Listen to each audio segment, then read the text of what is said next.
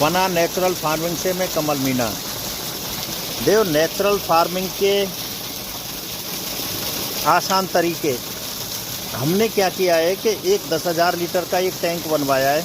उसमें हमने 10 क्विंटल गोबर, 1 ड्रम गौमूत्र, 20 किलो गुड़, 20 किलो बेसन और मिट्टी 20 किलो डाल के सौर ऊर्जा से चलने वाले मड पंप को लगा दिया है, जिससे हमारी कोई कॉस्ट नहीं आए।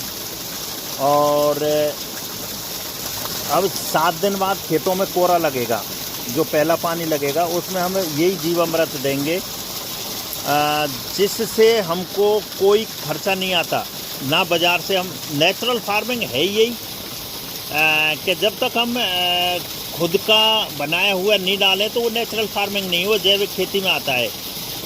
जैविक खेती और नेचुरल फार्मिंग में यही फ़र्क है कि नेचुरल फार्मिंग करने वाला किसान कभी बाज़ार से 1 रुपये की भी चीज़ नहीं लाता।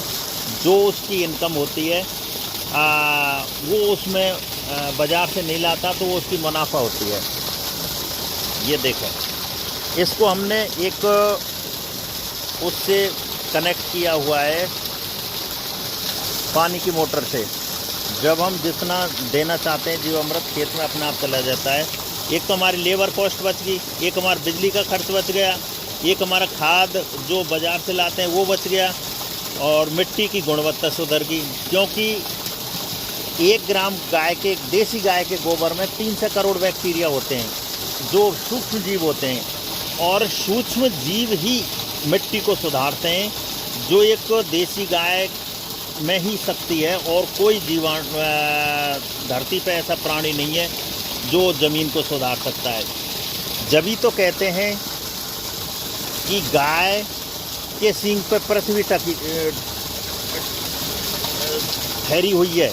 इसका मतलब ये नहीं है कि सींग पर रखी हुई है, इसका मतलब है कि जो खेती का आधार है वो देसी गाय है, और देसी गाय ही विश्व को स्वच्छ और पर्यावरण और सारी चीज़ें उपलब्ध करा सकती है।